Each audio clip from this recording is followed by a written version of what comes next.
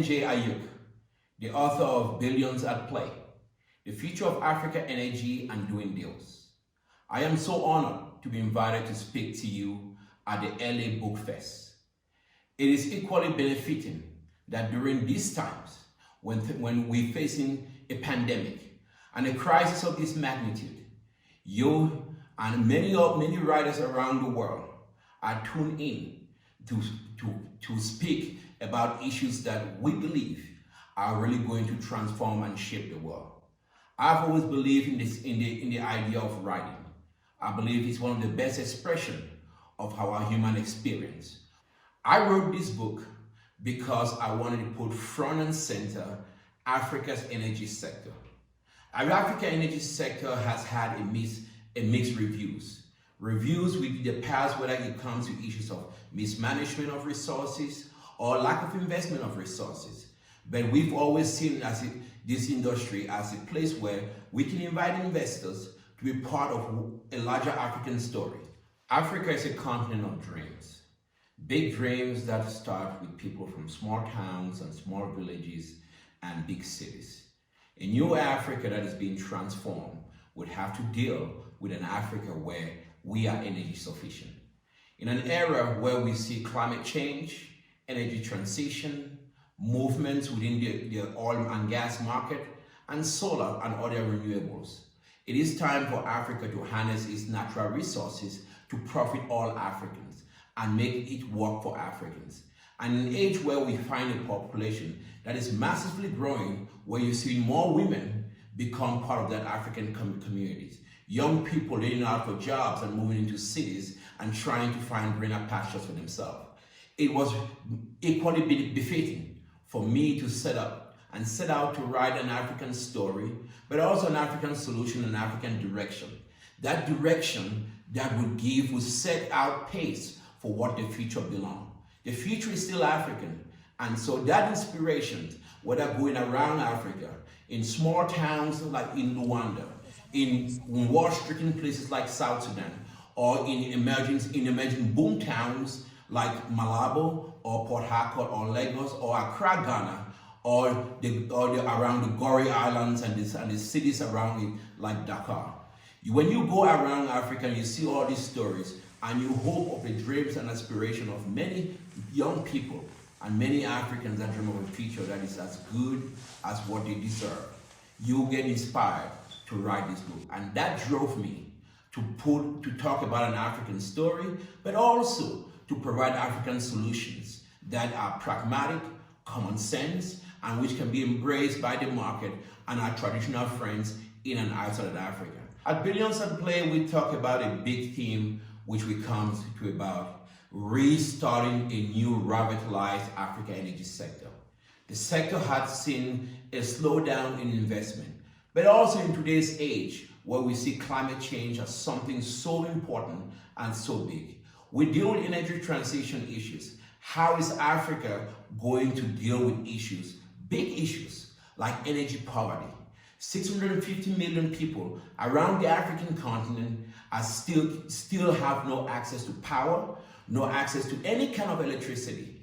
It is not enough for us to just continue waiting for Western nations or for development organizations to provide aid. We offer solutions that we talk about how to move beyond aid, beyond waiting for the West to help us, how we can harness African resources to really solve our energy crisis, to power Africa, create a revitalized economy where we're going to see a lot of manufacturing. But also we deal with new issues around Africa that a lot of people sometimes don't talk about. It's become a taboo. Women in the energy space is something we have to drive, but also deal with our unique relationship with the United States. But all of these things cannot be done without us really creating an enabling environment. With the current pandemic that we have right now, it is affecting Africa in many ways. We are seeing a lot of projects that can really spur development across the continent being put on hold.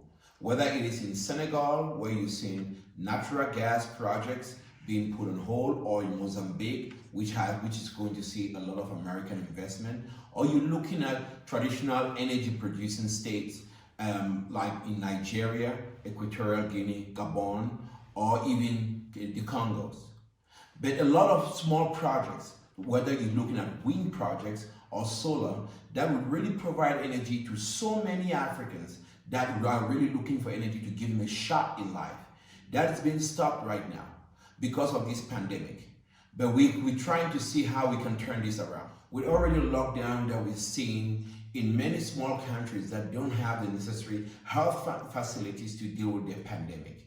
We are faced with trying times right now, unlike the United States that is having also a lot of issues with the pandemic, Europe and other countries.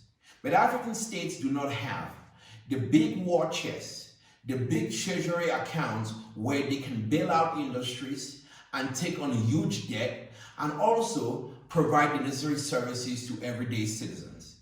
That has put a lot of healthcare facilities on a real strain. A strain that might lead to more people dying, we hope not.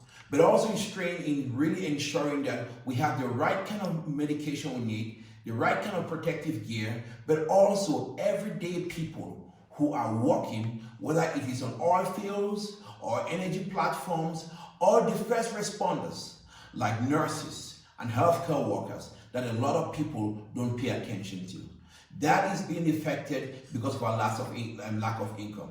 But we think we have hope. As we discuss in our book, if we use our natural resources, we can meet these challenges together and really solve those African problems and confront this pandemic head on. But the low oil prices have really driven a lot of economies. States have had to review their budgets.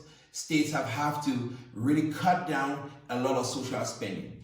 And that is really killing a lot of possibility to respond to many challenges besides the global pandemic, but also other social needs that most countries need at this time. That is really a troubling time that we're seeing moving around Africa, especially with the people that have such a strong spirit, that are willing to confront challenges that are bigger than them. There is room for optimism going forward. Because first of all, we are resilient people. We are people that we've come from disgrace to amazing grace.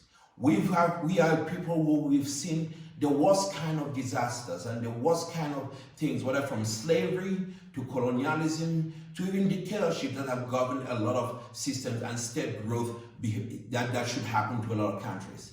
I still see this industry as an industry that if we apply some common sense practices, some common sense strategies, we can get Africa back to working. Whether it talks about giving extensions to energy producers so they can still maintain the contracts and still deliver on these contracts. Whether it comes to lowering the tax burden and lowering the tax burden on citizens and or deferring payment on small businesses. Whether it comes to creating more opportunities for women in oil and gas, and also building a more transparent system. Because when we have a transparent system and when we really embrace creating an enabling environment, it benefits everyone, whether it is in Cairo or Johannesburg or Dakar or Nairobi. We can grow, and we start with embracing that literary knowledge and using books to transform us, but also build right kind of societies that we all can be proud of. Thank you so much, and God bless you.